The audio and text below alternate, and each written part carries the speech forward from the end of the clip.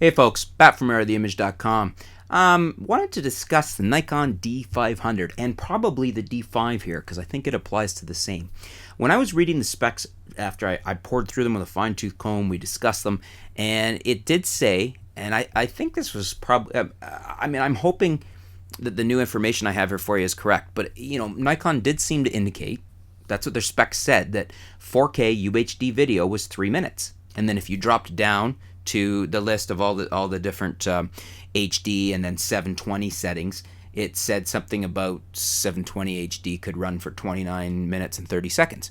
But it didn't say anything about that applying to 4K UHD. However, John Mayfield has written in, and a few other people have mentioned this too, and I've been seeing it also online. I haven't seen any official announcements, but he says, I won't reply to each instant of it's only 3 minutes, but if you look at the Tech Digest, item number 4, movies, they say the D500 is 29 minutes and 59 seconds recorded in separate files. Now, he says it says then D5, 3 minutes. I find it really hard to believe the D500 will do 30 minutes, 29 minutes, and 59 seconds, and the D5 will only do 3 minutes. I would think that's probably what they both do. This has got to be some either mistaken nomenclature in the Nikon literature or just bad clarification of a really great feature. This makes a lot of sense to me though, because 3 minutes sounded absurd, yet I can see a lot of, even my G7 will break things into I think 5 minutes and 59 seconds or something. I always see that when I'm looking at it breaks it down. It'll shoot straight for half an hour, 29 minutes and something, but you'll get a bunch of files to do that, which is no big deal. And if that's what the Nikon's doing, I'm fine with that too, even if they're 3 minute files and you just put them all together in your processing program, like in Premiere Pro. This makes sense. Doesn't make sense to me though if the D5 doesn't and the D500 does. That makes no sense. He says the D500 can record up to 30 minutes, breaking it down into 3 minutes, I'm guessing, file chunks, which is, like I was saying, what my G7 does. It's just 6 minutes. Not sure why the breakdown. I'm assuming buffer or processing ability, which is a good guess. I would think you're right there. And not sure why the D5 is limited to just 3 minutes. My guess is if the D500 isn't, now there's the D5. Unless Nikon really botched that part of the Tech Digest, then the 500 does do 30 minutes. So let's go with that, because that makes a lot more sense. It really makes a lot more sense. I'm going to give Nikon the benefit of the doubt, and I think they just weren't clear in their literature, which was a big faux pas because these are brand new flagships. That should have been really I's dotted and T's crossed. However, I'm going to put some calls in. I know some people at Nikon, and we're going to find out if that is indeed the case, because that would be fantastic. And hey, maybe I want to see how Nikon 4K looks. Well, I do. I definitely want to see how it looks.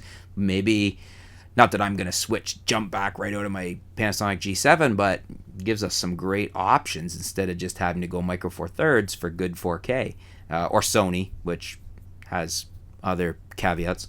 And so then John further said, I replied to him, said I was going by Nikon's own website where the specs lists 4K UHD at 3 minutes. And that's true. And I said, but what you say here may explain that and make much more sense. And he said, it's odd though. Seems the USA and Canada's site says 3 minutes. Internationally, it says 30 brackets multi-file. So he says copy and paste error from D5 listing maybe. Wouldn't be the first time. And that is interesting because I still have a hard time believing that the D5 doesn't do it and the D500 does. It doesn't seem right that the $6,000 camera doesn't and the $2,000 one does. And so anyways, very interesting. I'm going to check into this, but this does make a lot more sense to me. Thinking about it, my gut says that is what it does. It does 29 minutes, 59 seconds. So say 30 minutes, basically, in 3 minute segments. So you'll end up with 10 3-minute segments, which is fine. Like I said, you stitch them together in Premiere Pro. It does it automatically. No big deal. Anybody else have any more current information about that? Do you have any confirmation anywhere? Can you point to a link? Leave it in the comments below. We can discuss that because I think a lot of people want to know this. Interestingly, the D500 versus D5 is a way more popular for my video where we discuss the announcements and the specs and what they meant to us. My D500 video is currently at 3,645 views. My D5 video is at 975. So there's obviously a lot more interest, at least on my channel, in the D500 than there is in the D5.